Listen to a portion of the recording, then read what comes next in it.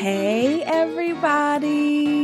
Welcome back to the Flow and Flourish Podcast. It has been such a long time, and I have definitely missed each and every one of you. I'm so excited to be bringing back the podcast with season 2. And if you didn't have a chance to catch the live podcast, you are in luck because this is the audio version that you are about to listen to. I had 3 phenomenal, amazing women join me as we talked live about the difference between self-love and self-worth. We talked about work-life balance for busy moms and putting some systems in place. And we also talked about strategies for your business. So I want you to just go ahead, dive right in, take a listen, and if you get a chance or you want to see the actual live video, head on over to my Facebook business page because it is posted there. Now, this one is a little bit longer than the average episodes, but I promise you it is worth it. Make sure you have your pens, your pencils, all of that good stuff ready because there is so much information that I know you're going to want to take notes on. So go right on ahead, get ready, listen to this episode, and I will be back at the end. I believe we are live. It at least says that we're live. So hello, everybody. Happy Tuesday. I am beyond excited about what we are doing tonight. Today is the 1-year anniversary of my baby, the podcast, the Flow and Flourish Podcast. And it has definitely been a year to celebrate. We are 45 episodes in. This is 46.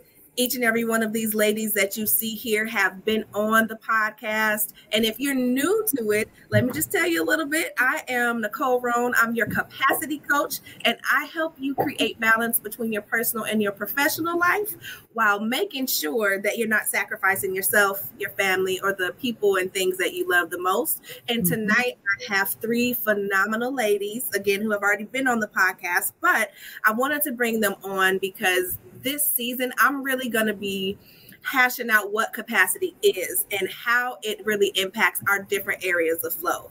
And so we have Miss Danielle Washington here, who is going to talk to us about some wellness. We have Miss Latika Vines, who is our boss mom coach, who's going to talk to us about work-life balance. And then we have Miss Christa Shavers here with her cute little baby Noella. And we're going to be talking about strategies for your business. So as you come in, hey Talia, I see you made it. Welcome.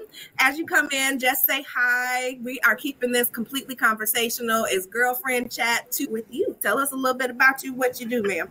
Hey girl, hey. My name is Danielle. It's so funny. I've always wanted to do like this cheerleader thing. My name is Danielle. I don't know why, but disregard me.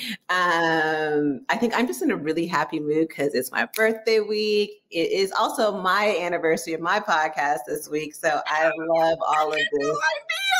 Yeah, I didn't know. I forgot when I was like, oh, wait, yeah. I'm like, oh my God, we started at the same time. So I'm excited about this.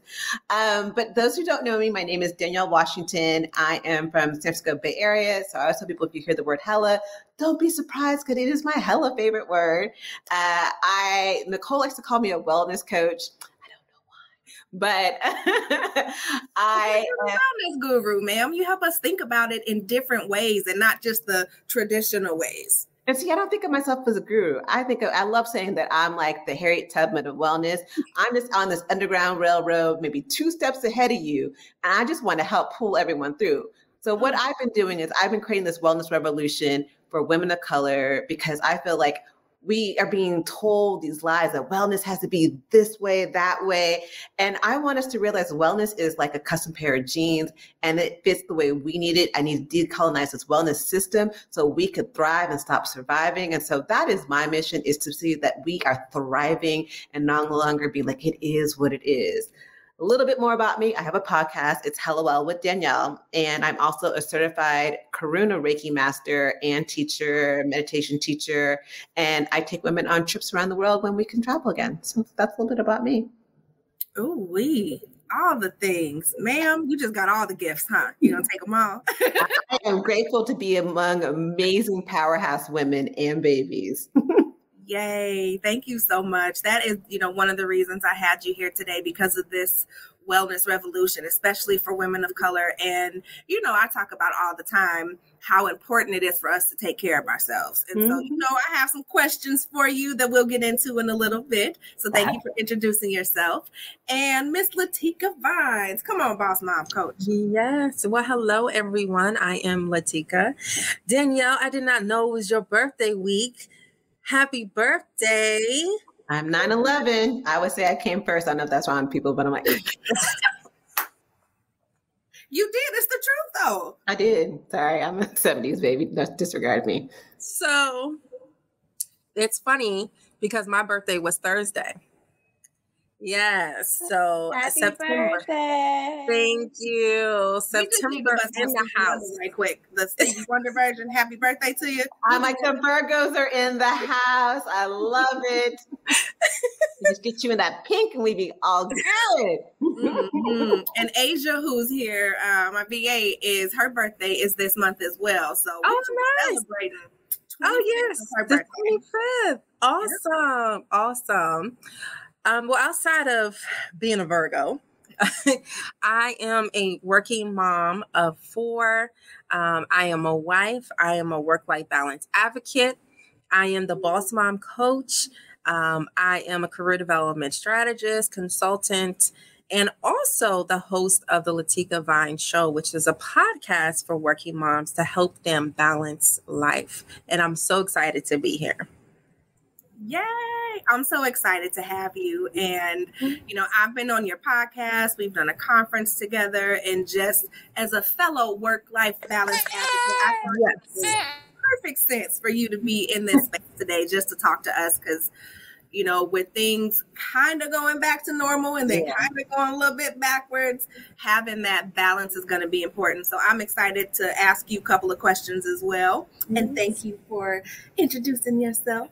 Thank you for having me. You are so welcome, ma'am. All right. Last but not least, Miss Christa Shavers. Go ahead and tell us a little bit about you and what you do. Hello, everyone. Hi, Nicole. Thanks for having me. Hi, Danielle and Latika.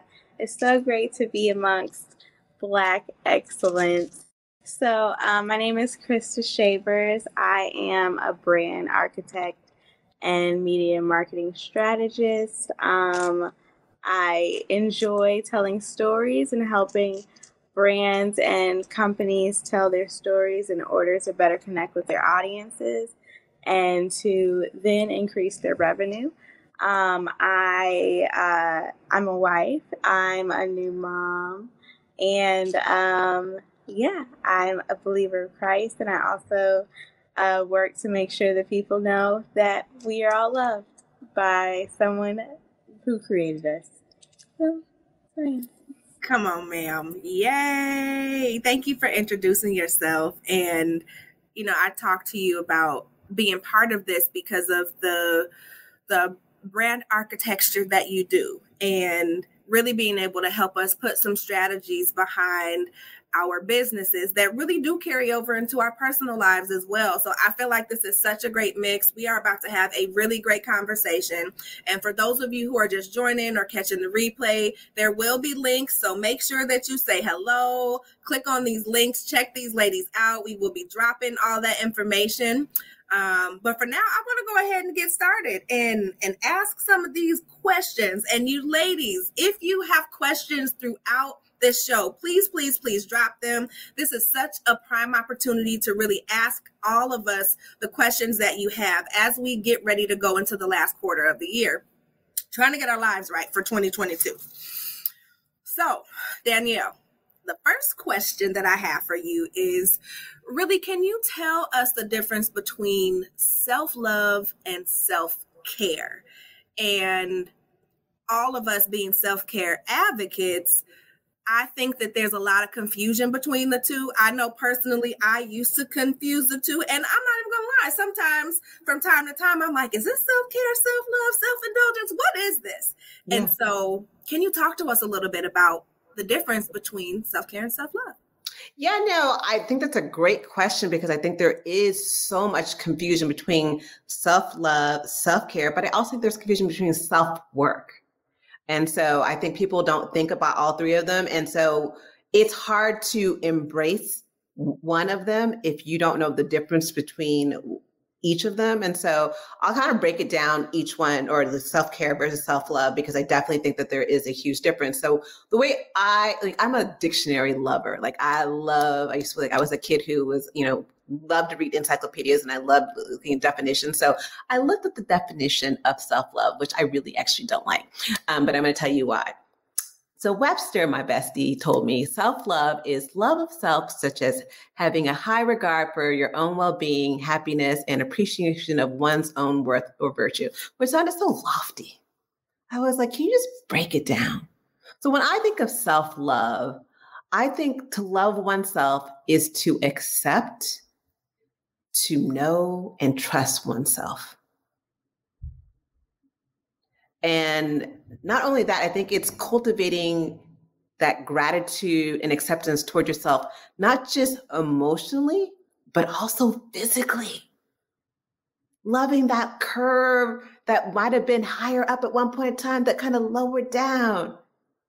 The stomach that might have been shorter but came in. Loving everything about you when you're able to not just love, know, and accept, but trust.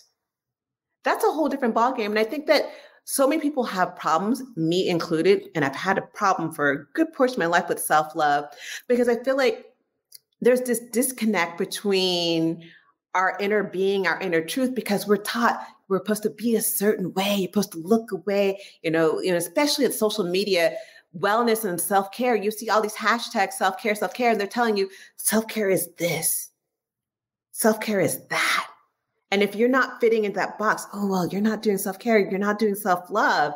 And it's hard to, again, understand what self-love is and tap into that inner knowing if you're tapping into what someone else's beliefs are. So I think that's where there's a disconnect with the self-love. So that's what I feel like self-love is. I also love to say self-love is knowing that you are love. That's the woo-woo in me. That you are, not that you are loved, but that you are love. And if you're loved, you're worthy because you are just pure, the essence of love. So self-care. Self-care, I consider that like the maintenance or kind of the taking care of, your well-being, your body, your mind, your soul. It's the nourishing and refueling. I also love analogies. So if you think about it, I love wine. So you're at a bar or a restaurant, your wine glass is empty. Self-care is that waiter who comes and tops you off just because. He's nourishing your joy of wanting that. And so if you want to kind of break it down, so self-love is more of a feeling and thought, whereas self-care is the action behind that. And then you add in self-work. So self-work and self-care, I think, get mixed up a lot because I think people mix the two. So self-work is the act of trying to improve so you can get to the place that you want to be. You can have self-love without self-care. You can have self-work without self-care. You can have all of them differently. They all work well together and they all work well separately. And, I think people mix the two. So if you want to really think about it, self-love is the feeling as well as self-care is the maintenance, the nourishing, and the refueling, the recharging. That makes sense. That makes all the sense. And I love how you broke it down and how you added in the self-work, because I know that for myself, I used to think that doing that self-work was the self-care. Mm-hmm. And I tend to believe like you, the self-love is the mindset, the beliefs. It's the inner stuff. Not that the self-care is not, because it can be inward and outward. Yeah. But in order to even get to that level, you got to do some self-work. So I love you. But you don't always have to do the self-work. And so if you let's look at a scale. Mm-hmm. Throwing out a scale from the aspect of self-love. It's loving your body as it is. Mm-hmm. The self-care aspect of it is maintaining a healthy mindset around your body. And that's the one same thing, because that's where the confusion is, can be looked at a different way. It's just your intention behind it. One being an action, one being one being more feelings behind it, if that makes any sense. It makes all the sense. All the sense. Now, ladies, do you have any comments that you want to add to Danielle's definition, either Latika or Christa? It's so funny we're having this discussion because I have been on a healing journey. And, you know, when you talk about self-care and self-love, my self-love, me being able to love me and all of my flaws, all of my baggage, my hiccups and hangups, I had to go through this journey of healing. And when I began to journal and read and pray and everything else, I realized that I'm okay. I'm an okay human being. And I love who I am. I don't have to pretend to be this person or pretend that everything is okay.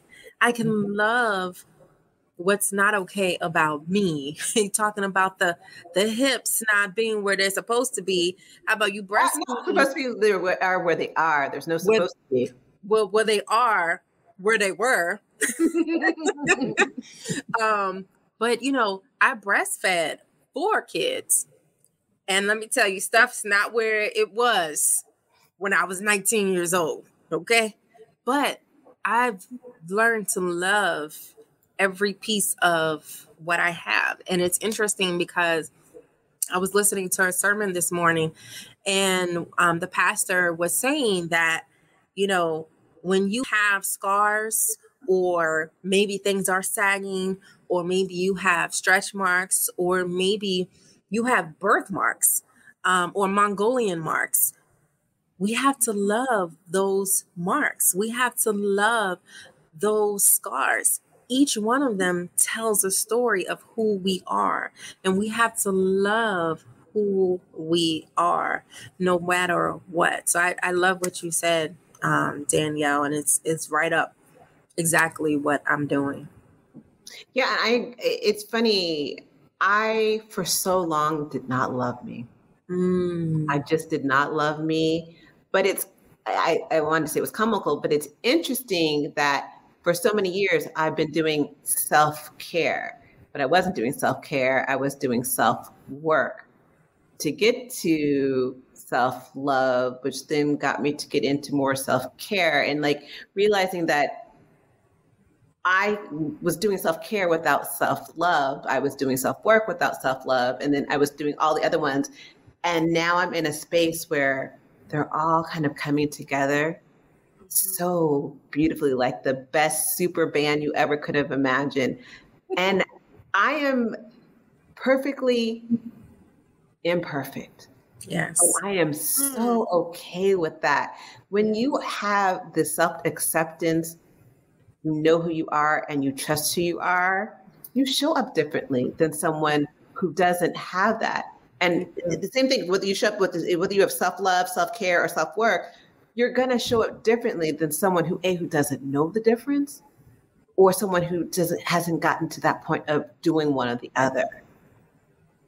So I honor you in your journey. I know the journey isn't always fun. I think that's the self-work, but that other side of that mountain, yo, sis. Oh, yes. Yes. Yeah. It's amazing. I'm loving the journey. And I know this is a journey. And I was telling my therapist today, I'm like, I'm at a point in my life where I decided to stop on the journey and just sit back and just look how far I came. And I am grateful. And know that it's I'm in a bump, but it's sometimes it's nice to pause and just enjoy the view. Yes. Listen, y'all know I'm all about that life. And the journey, like you said, it's not always easy, but it's necessary for us to really get comfortable in the skin that we're in. As moms, as friends, as women, as employees, just all the stuff that we're doing. Like, there is so much that we're already carrying. We don't need to pretend to be okay. I love what you said, Latika, how it's okay to not be okay. And part of the journey is recognizing that and learning, what do I need? Where do I need to pour into myself? Like you use the wine glass analogy, fellow wine lover over here too. So I love that analogy. Really being able to just to do all three of these things. Like you said, you can do each in different ways, but I absolutely love those definitions and analogies, and want to give Christa a chance if you have anything that you want to add. And if not, that's okay too. So let me know. Just really quickly, it's interesting that you were talking about that. And I've been on a long, healing, loving, wellness care journey myself, having lost my mother and grandmother. So I was doing that for myself before I got pregnant.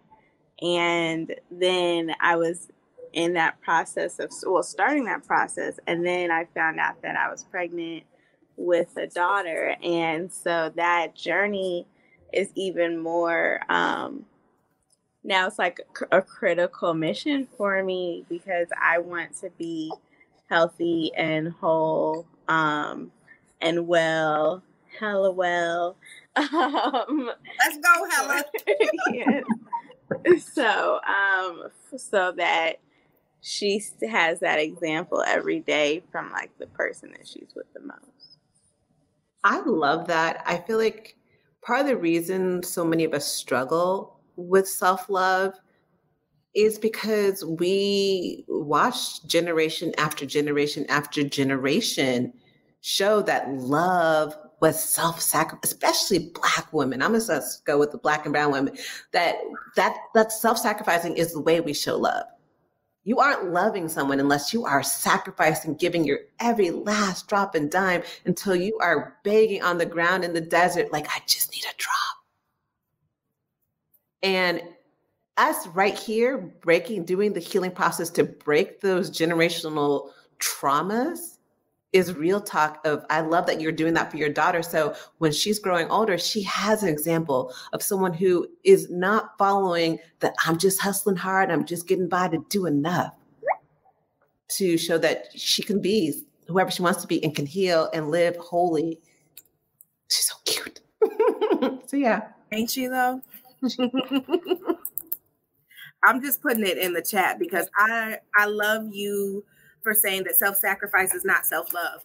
And that is what we as women, and especially women of color, have been taught, right? Give your last, put the kids first, do all of those different things. And it's because it's been handed down to us. So I am so glad that you shared that. And Christa, I thank you for sharing your perspective as well, because Christa will come back. As she talked about, losing her mom and grandmother and wanting to break those different cycles for her daughter now. A lot of us, whether we're moms or not, are leading by example and doing that for our nieces, for, our moms, our aunties, our grandmothers, all of them. We're doing all of those things because we want to stress how important it is to unlearn that. So I know we spent a lot of time on self-love and self-care. We can talk about that all day. So I want to get over to Miss Latika. I want to know, what are some ways that moms can shift their mindsets surrounding separating their role as a mother and their identity outside of that? And I ask that because as women, especially when we have children, or even when we get into serious relationships, we lose ourselves. We lose our identity. It could even be throwing ourselves into our work, whether it's at an office or you're an entrepreneur. What are some ways that we can really learn how to shift our mindsets and separate us from the titles? Mm-hmm. I've also gone on this journey. And what happened to me when I did lose myself, if you will, is that I was diagnosed with postpartum depression. And so many of us, there's various reasons why we as moms have postpartum depression. But for me, it was that I was not happy. I was not happy. I was not happy with who I was in the moment. And I had to go to therapy. I, really, and thankfully my doctor gave me time off. She wrote a letter for me to have time off from work, which allowed me to sit. And what I realized was that there was a greater mission in my life than to just sit and do for everybody else. I was constantly putting myself on the back burner. I wouldn't even get my hair done. And that's just a small example, but I wouldn't get my hair done because who was going to watch the kids? Because my husband was doing something with working late or whatsoever. Or I wouldn't even just take a day off from work because, oh my God, if I take a day off from work, my house needs to be cleaned, the laundry needs to be done, like something needs to be done in my house. And it wasn't until I was diagnosed with postpartum depression that I realized that God gave me the capacity to do everything that I have to do in my life. Be a mom of 4, be a wife, be involved in church, all of that. But he also gave me the capacity to be who he destined for me to be. And I need to tap back into what that is. And so, I had to literally go to God and say, okay, God, I know there's something in me. I know there's something in me. I just don't know how to get it out. And so therapy, of course, praying with him, but I literally had to go back to what it was that I wanted to do in my life. As little girls, we always said, hey, when I get certain age, I want to have this and I want to have this and I want to have this. We all planned out our lives when we were like 5 years old. What happened? What happened? And circumstances, choices that I made prevented me from doing that. But those choices, whether good or bad consequences, that should never stop me from doing what it is that I'm supposed to do. It should have never stopped me. And so I literally had to stop and really just think about it, envision, what is it that you want me to do, God? And really just understand God created me. He created me with a purpose. He told me that there is a future for me. He told me that I'm to be prosperous, not just, spiritually, physically, but everything, financially as well. And so if God is telling me I can do this, then I need to go back to him and say, okay, I need you to help me figure this out. And he did. He gave me the tools. He allowed me to go to therapy, which was awesome because therapists give you the tools to, certain questions, certain exercises for you to figure it all out, what's up here, write it out on paper. And so I was able to do that and just understand that there was so much more to me than just being a mom and a wife. And even to this day, I'm still working at that every single day. I am Latika. I'm Latika before I am the wife, before I am the mother, before I am the employee. I am Latika. What does Latika like to do? What color does Latika want to wear today? And I had to really go back to that. And it wasn't until this year that I actually created a personal vision board where I had everything that I envisioned for my life. And it just made me feel so good to see, wow, I'm actually doing something for me. And when you see it, I see it every single day, this vision board, it gives me that push to move forward in that direction of where I want to go and what I see in my vision board. Well, okay. Listen, all of that.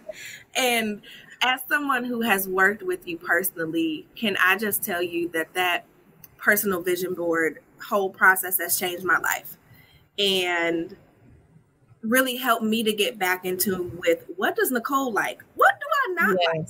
Right? Yes. Where do I want to spend my time? Because so many of us are so busy trying to, whether it's climb that corporate ladder, increase our businesses, show up for our friends and our families, we can absolutely get lost in all of that. So that personal vision board. Yeah. Look, I got it. I have the vision board, but I also printed out the papers. It's taped to my bathroom mirror. Yes. There's one taped on the side of my nightstand. I have a picture of it on my phone with my other stuff because I need to see it every day and remind myself, hey, like Danielle said, you're worthy. You are loved. You can take a minute and, whether it's taking a nice bath with rose petals and all of those different things. What is it that I like? And so often we forget what we like because we're so busy doing all of the things. And that gives me a good segue into my next question for you. So you talked about shifting our mindset and understanding that we need to tap into the capacity that God gave us to be who he called us to be. Once we've shifted that mindset, what are some ways that women can begin working towards having a successful work-life balance?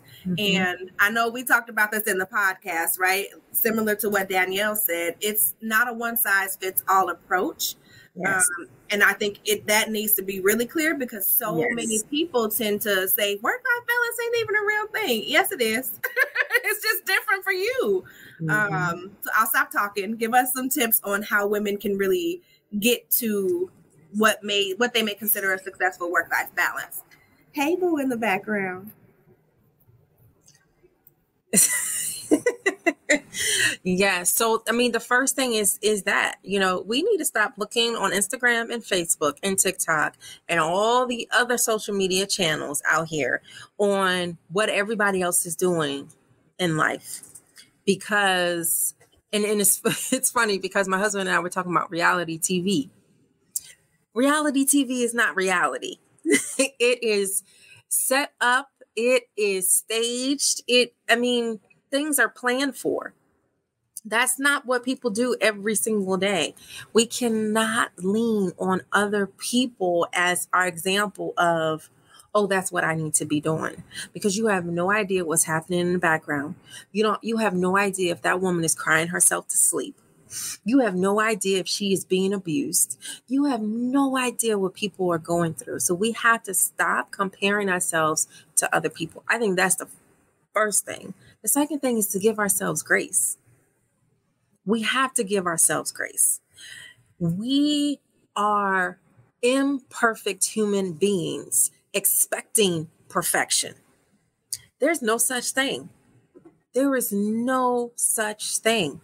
We cannot have unrealistic expectations when it comes to working motherhood. We have to be real with ourselves. We have to be real with our circumstances.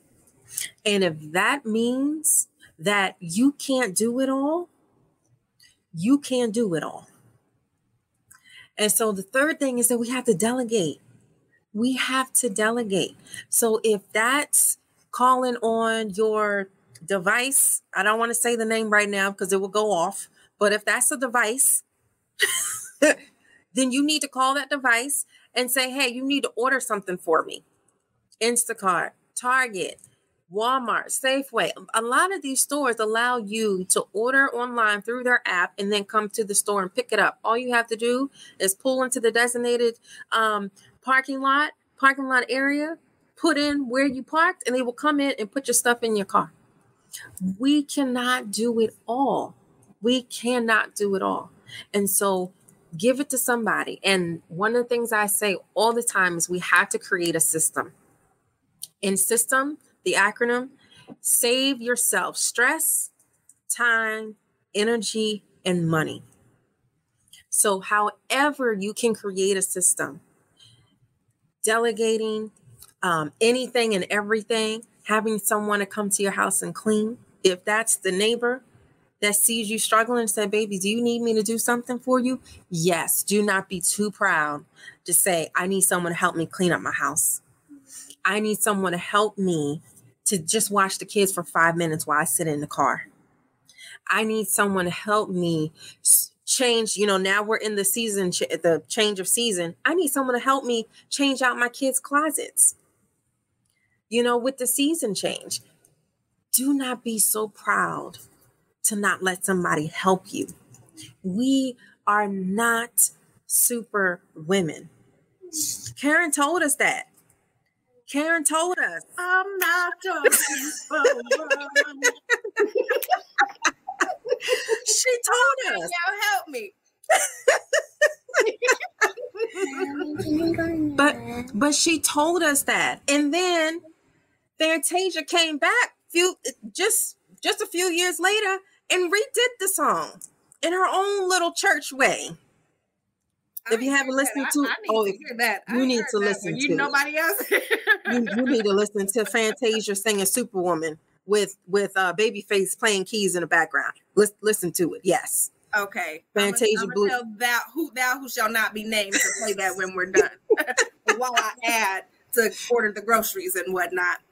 But it's, we cannot be superwomen. We cannot put that label on ourselves, because when we put that label on ourselves, we burn out. We are diagnosed with postpartum depression because we're trying to do everything. We have these unrealistic expectations and we're upset because we can't get anything done.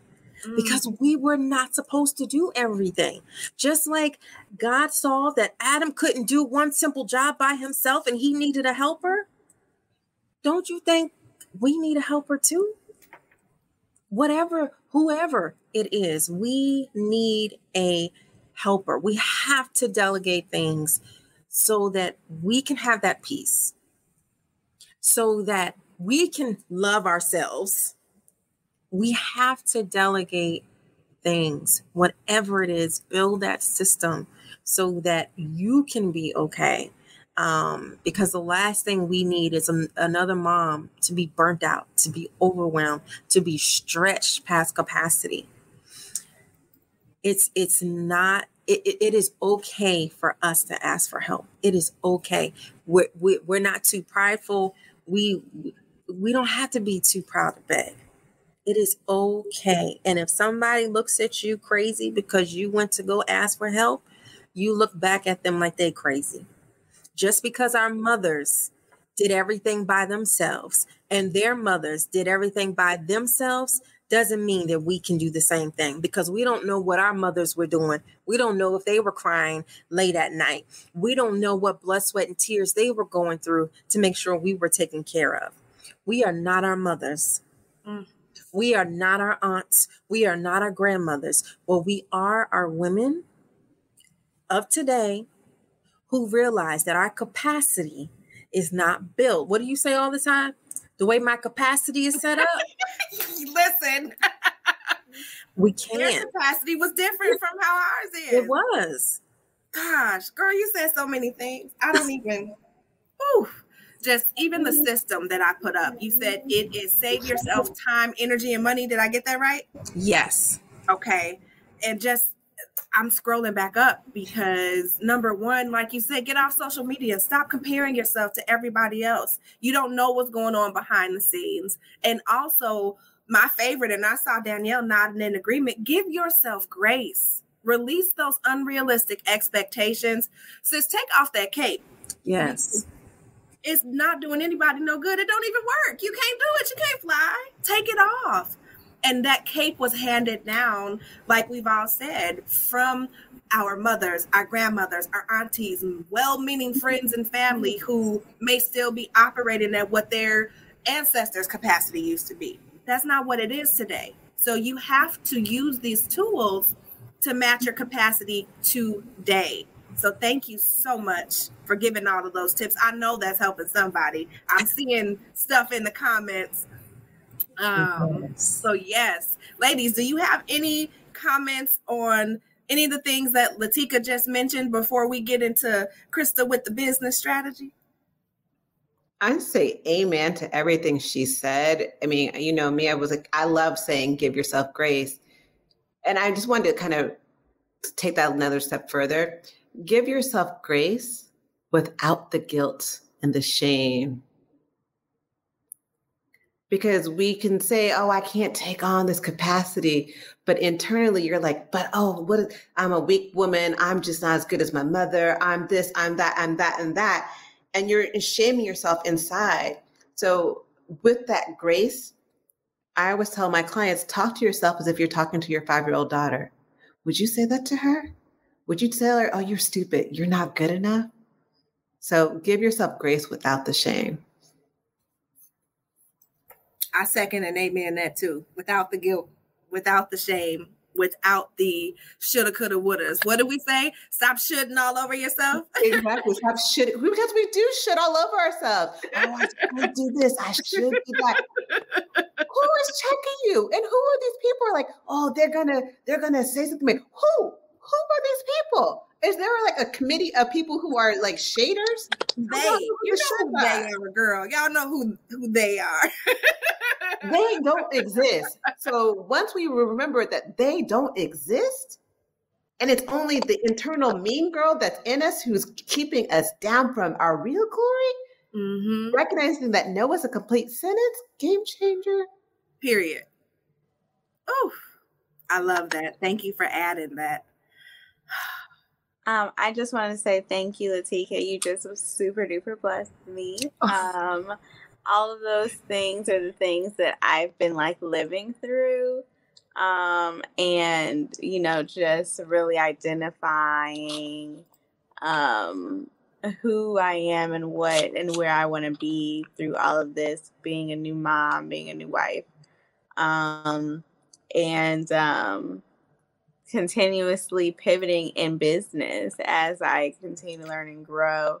And so, yeah, I just want to say thank you for that. And then I think too, we talk about its weakness to set what's boundaries, or it's people try to say that's weak, but that's really strength, recognizing your limitations, or not even just that, recognizing what you should be doing versus what you shouldn't be doing is a huge strength that if more people had, we'd have a much healthier and productive society. So. Yes. I don't even know what to say after that, but yes, because, you know, I talk about boundaries all the time in the capacity work, because typically when somebody comes to me and says, oh, I am overwhelmed, I'm frustrated, I have no work-life balance, I'm asking, well, what your boundaries look like, babe? Well, okay, so let's talk about it, right? And really being able to distinguish that boundaries are not just for other people, they're for you, right? For yourself. And I talked about this in the conference last week, that those boundaries are a necessity. So I love that you bring that up, because if we all got better, I won't even say better, got more comfortable and learned how important it is to have these boundaries with friends, with family members, at work, with the coworkers that you don't like with your boss, overcommitting to, you know, work 10, 12 hours a day so that you can appear to be the best one on the team. Like, put some boundaries in place.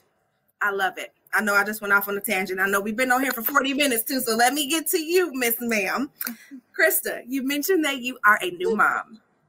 And as a new mom, can you talk a little bit about what changes you've had to make when it comes to strategizing for your business? Absolutely. So kind of what I mentioned before, recognizing what I really want to do, how I really want to spend my time, and then what is most valuable that aligns with how can I give value, but also ensure that I keep those boundaries so I can be present for a baby and family. And then also using, as you mentioned earlier, systems or programs like Calendly. That's a huge help. I just send the link and you get my schedule. If it's now on the person whether or not they decide to book, instead of me chasing people down, trying to book calls. Or I rarely go to the grocery store. I am on Whole Foods or Amazon all the time. All of those things. And I even subscription orders, like soap just came in today. My husband was like, "Why do you always order stuff?" I'm like, "You always need stuff." So I ain't gotta go get it, sir. What you mean? Right. So I just put like things on subscription, so I don't even have to think about it anymore. Like doing things like that really helps a lot with the business. Both the business of just running myself, the business of running a business, and the business of learning to run a family. Because all of those things and just getting into the mindset of no matter who you are, whether you're an employee, whether you're an employer, an entrepreneur, a stay-at-home mom, if more people thought of themselves and their life that they're managing as a business. So what do you have? You have deliverables, you have budgets, you have, agendas, you have systems, you have processes. So when you think like that, you have goals. A lot of people live life with no goals. So you should have personal goals as well as family goals. And so those things help you to build and to work towards something. Otherwise, you're just like swimming in the water with no destination. So setting up those goals for myself and for my family and the type of life that I would like us to live is very helpful, both personally as a mom and a wife, as well as a business owner. And I will say, me living that life before having babies and getting married, I planned on creating a life that I could work from home and manage my own time and pick and choose who I wanted to work with, like 3 years before I even met my husband. And I was like, I don't want to work 60 hours a week. And I count 60 hours when I think of commuting and getting ready. So anytime I'm giving this job, is me working. So if I am working 40 to 50 hours in the office and it takes me 10 hours to commute and it takes me 5 to 10 hours to get ready and get food and all those things just for this job, I count all of that as work. So if I'm spending close to 80 hours a week on this job that doesn't care about me, doesn't pay me accordingly, and I know for a fact that I will not be able to live a life of true attention and involvement in my children's life, that's what really made me decide to make that pivot into figuring out how to live this life that I have now, not even knowing when it was going to come. So I'm very thankful for that. And I would encourage any woman, young woman, no matter your age, if you know you want to have a family, consider how you can live life. And it might still be in your job. Now you can do so many things, and COVID just elevated that transition of giving employers, the workers more power and say and how they show up for work. Yeah. Whew.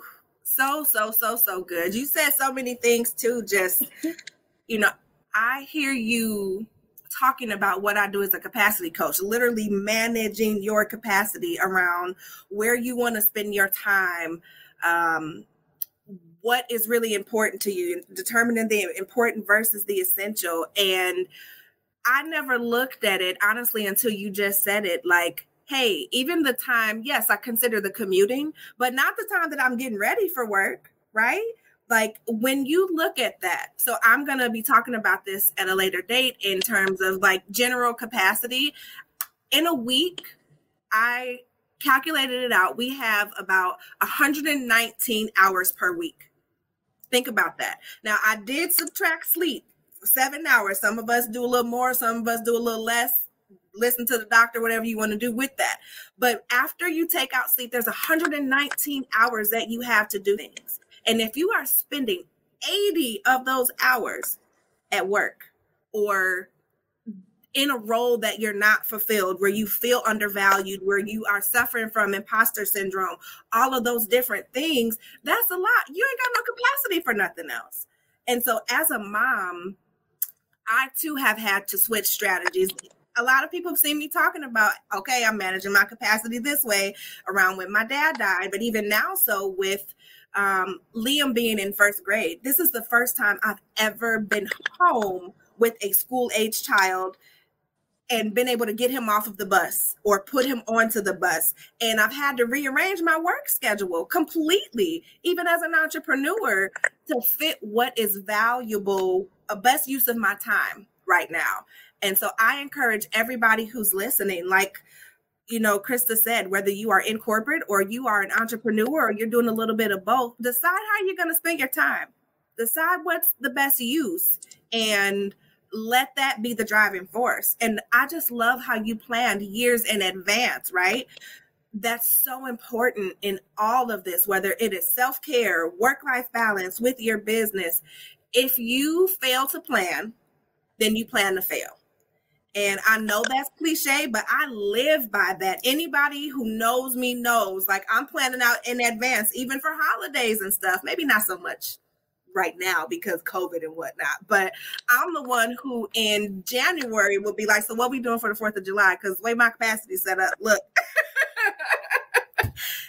But it makes a really big difference. And so I thank you for sharing that. Ladies, do you have anything else you want to add to that? Oh, go ahead. I just want to also add, in planning your time and setting up your life in that, I want to also say, and I feel like Black women, don't plan your time and what you do in life based off of what other people said you should do because of what you're good at or what you can make a lot of money. Latika, I went over there, I see it. And I feel like, because I've seen, this has happened to me with a lot of like mentors that have decided to take me on. They saw me for this, so then they tried to create my life for how they saw it. And so I was super duper stressed out for like a year during this journey trying to, well, everybody else says I can do this and do that. But then that nobody matters. It's just me and my God and why I was created. So I just wanted to say that for any ambitious, talented, intelligent woman who has a lot of potential. People will try to put their goals and beliefs on you. Don't let them. Just because you're good. Just because you're good at money don't mean you got to be an accountant because they told you to be, boo. Okay? Let the church say amen, okay? Let me tell you, Christa, that was the main reason why I was outside of my job, but with, being diagnosed with postpartum depression, because I was in church and I was the leader of 6 ministries because everyone kept on saying, oh, Sister Vines, you can do this. Sister Vines, you can do that. Your husband's a deacon, so you should be a deacon too. Your husband can preach it, so you need to be a minister too. What? All I'm going to say is pastor's daughter. So. So it's like, everybody's like, oh, you can do this, you can do this, you can do this. But I was like, hold up, y'all. I got 4 kids and a whole husband and a full-time job. And y'all still want me to do all this? But you got people around here that not doing anything? I had to stop. I had to stop living up to other people's expectations of me. Talking about the whole self-love. I had to put me first. So yes, Christa, oh my goodness. That was a whole word you said. A whole word. A whole sermonette, everything. It was a whole series. Thank you. That just came out. I'm like, I feel like this was somebody. I don't know. For everyone listening, everyone on this call, I have been that girl. I mean, that's almost part of the reason why Nicole and I met, because I was in a situation where people were like, oh, you travel so well. People know you for travel. So do this, you can plan those things. You should be a travel agent. So I, got the travel agent stuff, and I'm like, I hate being a travel agent. I hate planning basic trips to Jamaica and New York and all this. Yeah, I said basic, girl. I said basic. Because that's not me. Because the things that I want to plan for a trip and a retreat, I want to plan something that involves someone's self-care, that will shift your mind in travel. I'm not planning, oh, let's go get this picture here. Let's go get that here. Let's go see the Empire State Building. The way I do things, I was a vision of different than what people were wanting, but I didn't believe in me. I didn't trust me. I didn't know me. I didn't accept me to know that ain't my calling. I may be good at it. Not everything you're good at, like you said, is your calling. Not everything that God gifted you was something you need to get paid for. Some of it's just for you.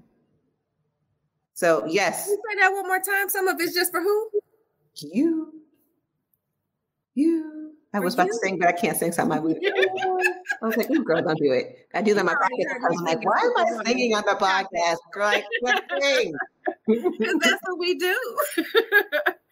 Oh, my goodness. All of this is just so good. All of the tips, all of the advice, and it all boils down to self-love, to capacity, to really prioritizing ourselves, to live our own lives authentically, not who people told us to be, not who society says we should be, and we should all over ourselves, right? And really just honoring who we are and who God created us to be. And so just everything that you ladies have shared, I know is going to be super, super helpful. So I appreciate you. I want to be mindful of time and just really ask one more question to each of you before we get out of here. And Asia, I know you are here. If you could drop the links to everybody's website or podcast, the things that we were talking about, so that everybody can go and follow you guys and see the things that you're working on individually, because I personally have worked with each and every one of you. Danielle with Reiki and talking me off the ledge when I'm feeling crazy. Girl, get it together. Yes. Everybody here has snatched my edges, okay? So I'm in good company. Latika got me all the way together the other day, like with her and her pen and her coaching. I'm sorry, capacity coach. What did you say? I'm like, oh, okay. And even with Christa is the genius behind all the things that I've been doing with the marketing and the social media, just the creativeness and helping me to bring my ideas to life. So listen, all of this is real. These are people that I value. So I would not bring y'all on here if I did not. So here's all the links. They're going to be in there. And while the links are being dropped, Cassandra said, is Danielle in Chicago? No, ma'am. Danielle is in, you see her shaking her head, West Side in Cali. So California, not Cali. You know how I feel. You just gonna snatch my edges on the podcast too? It's California, ma'am. I'm so sorry.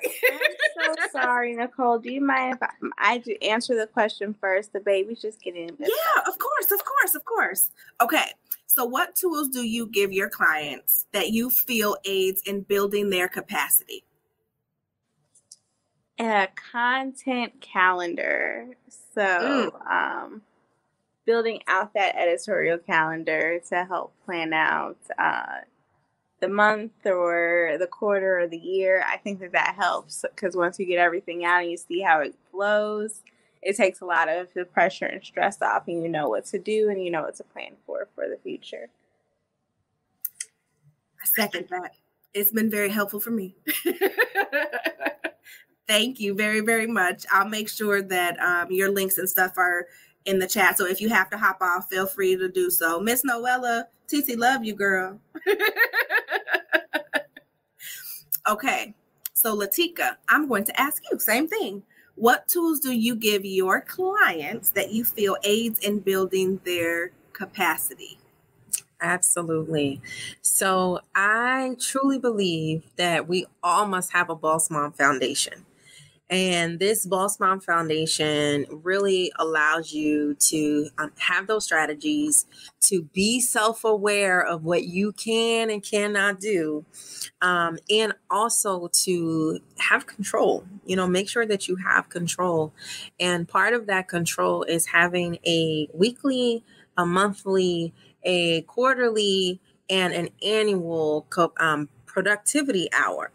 And this Working Mom Productivity Hour is an opportunity for you to honestly sit down, write down all your tasks of what you need to do and prioritize them. So I actually have you prioritize them in a list. What's really important, what's kind of important, what can be moved on to another time. And by you being able to do that, you can truly look at the upcoming week, figure out what you do have the capacity to do, what's really not important, what someone else can do for you.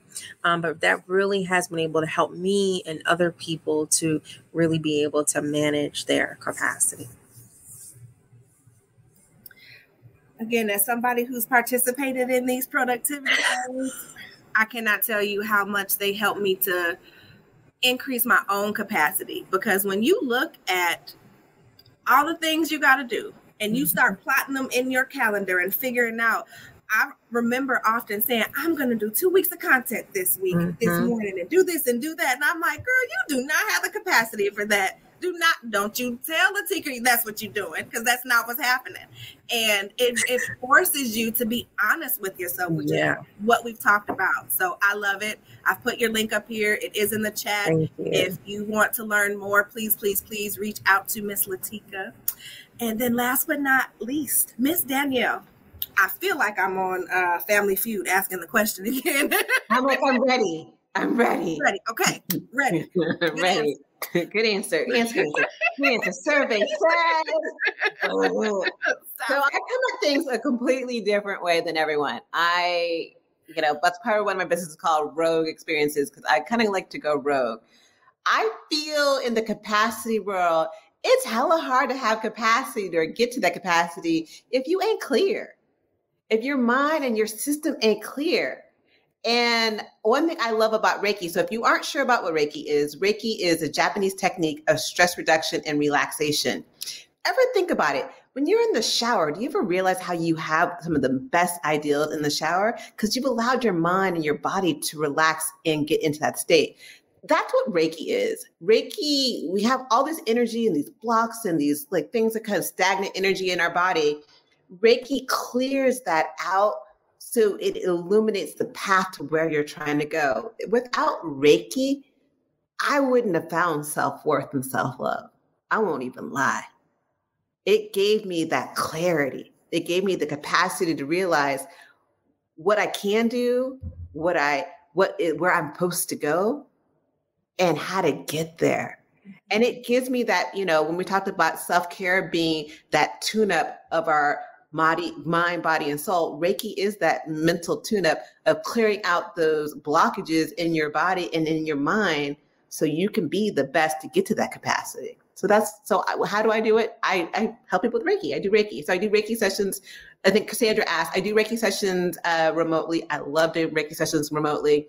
If Christa was on here, we were kind of talking about that earlier. I did a Reiki session on her. She's in Chicago, and that was when she was pregnant. She didn't tell me she was pregnant. We laughed about that before we got on. I'm still a little bit upset about that. So I'm doing Reiki on her, helping her with things, and I'm feeling different things. And I get to her stomach. I'm like, yo, is this girl possessed? There's something going on. She's always looked because she wasn't possessed. She was pregnant. I just didn't know. But I felt this strong presence, and I was called to give her information about her daughter and all these different things. And so I love that Reiki, sometimes I get messages, sometimes I don't, but it's a gift that I fought for so long that I'm so grateful that I'm able to step into that power so other women can step into theirs. Men too, but I don't really know what men, but yes. That's all I got. I love it. And listen, I know I have your website up here for the podcast, but there are quite a few folks in the chat that said that they want to book with you. So will you tell us how they can book a Reiki session with you? Sure, fly me to the Maldives. I'm joking. It's on the website somewhere. There's Reiki sessions there, but you can also DM me or send me an email at Danielle@hellowellwithdanielle.com. But I think the Calendly, I can send you the Calendly link. Okay, and I'll post it in the replay. And okay, yeah. So yeah, no, definitely. My whole goal is I want to bring Reiki to the Black and Brown community. I want us to see it as, and one of the founders of Reiki, she was like, she wants Reiki to be as common as taking aspirin. I agree with her. It's something that don't cost anything. You ain't got to buy a bunch of stuff and whatever. And it's just there. And it has been such a huge part of my journey. And I just want to share it with more people. Now, I mentioned that I've worked with you, and I too had a virtual session, and I can't express how relieved and unblocked I felt after having that session. And, you know, we talked about, you know, some stuff that was going on with confidence, with clarity, with, you know, releasing family members. Just, it's so much stuff that comes up. So I highly, highly recommend it. I need to get in and do another session. We already talked about that, so we'll get that together. But I love it. And I appreciate the way that you are bringing Reiki in these different modalities to light for us when it comes to wellness. And just, I thank you for that. And so I'll say this so we can all hop off of here. I thank each and every one of you for joining me today. And one of the things that I offer in terms of helping clients really manage their capacity and understand what's going on and have a toolkit is my capacity calculator. And I know that each of you have taken it, and it is something that really, again, makes you kind of be honest with yourself and look head on at what are you spending your time on? Are you doing things that are aligned with what you say that you value? Are you practicing self-care? Right? All the things that we talked about today. And so the link is in the chat. I am having complimentary capacity check-ins throughout the month of September. So if you are someone who needs help really figuring out how to practice that self-care, you're trying to create a rhythm between your home and your work life and have all these ideas swirling around in your head, or you just even want to know more about capacity. What is this thing, capacity? Book a complimentary capacity check-in. They're free, 15 minutes. I'm excited to do it. And I want to help us all, you know, flow and flourish like we talked about. Like, the whole point of this podcast is to give women the tools and the resources that we need so that we can show up in excellence, so that we can be good girlfriends, so that we could be good wives, so that we could be good business owners, so that we can take the time that we need and have Danielle fly us half around the world to go do these retreats and whatnot so we can get Reiki. So I need all of us to make sure that at the helm of this is being aware of and managing our capacity, because without capacity, you have no room for anything else to come in. You have no room. So thank you again for being here. This is like the best podcast ever. Thank you for celebrating my 1-year anniversary with me. I am going to make sure that I drop all the links and everything in the replay. I love you ladies dearly and am so just grateful for each. We love you and we're grateful for you. And I'm so glad you're helping people. You're actually doing these capacity calculators and you're doing these capacities, like little mini sessions. You are fire. You are so fire and you are so worthy and you were so needed.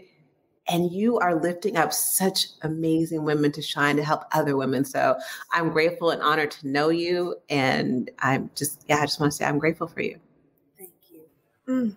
Don't make me cry. Me and you will never part. I love y'all. Get out of here. It's Tuesday. I know that we've been on a while. I love you guys just the same. And I love the work that we're doing collectively, because y'all know, you know, I believe when one of us wins, we all win. And so I'm constantly sending people to you guys, and let's continue to do this thing and change the world and break all these chains, ladies. Absolutely. Thank you, Nicole. Love You're you. welcome. Bye, Danielle. Bye.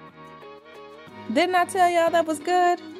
Wasn't it so good? to hear from other women who are also working on creating work-life balance, setting boundaries, trying to figure out how to practice self-care, self-love, create strategies for their businesses, whether it's at work or in their side business or a combination of the two. Like, all of that was so good. And I'm so thankful to Danielle, Latika, and Christa for joining me. I am absolutely sure somebody said something that stood out to you. So do me a favor and let them know. Whether it was me, one of the other ladies, let us know, because I tell you that we live for this. Our whole goal is to make sure that we are helping to break chains, to get rid of these generational things that have been given to us, and to really make sure that we can show up in excellence regardless of the room that we are in. So I invite you to connect with us, talk to us, let us know how this episode impacted you. And if you find yourself saying, you know what, I think I might have something going on with my capacity, then do yourself a favor. Either go take that capacity calculator, even if you've taken it before, to see if your capacity has changed, and or book a complimentary capacity check-in. Now, I am giving those away throughout the month of September. My goal is to make sure that we get into this last quarter of the year in great capacity so that in 2022, we can do all the things that we said we wanted to do, okay? So until then, my sister friends, I am so glad that I'm here to be your capacity coach and to help you really increase your capacity by creating balance between your personal and professional life without ever having to sacrifice yourself, your family, and what matters most to you. I'll talk to you soon.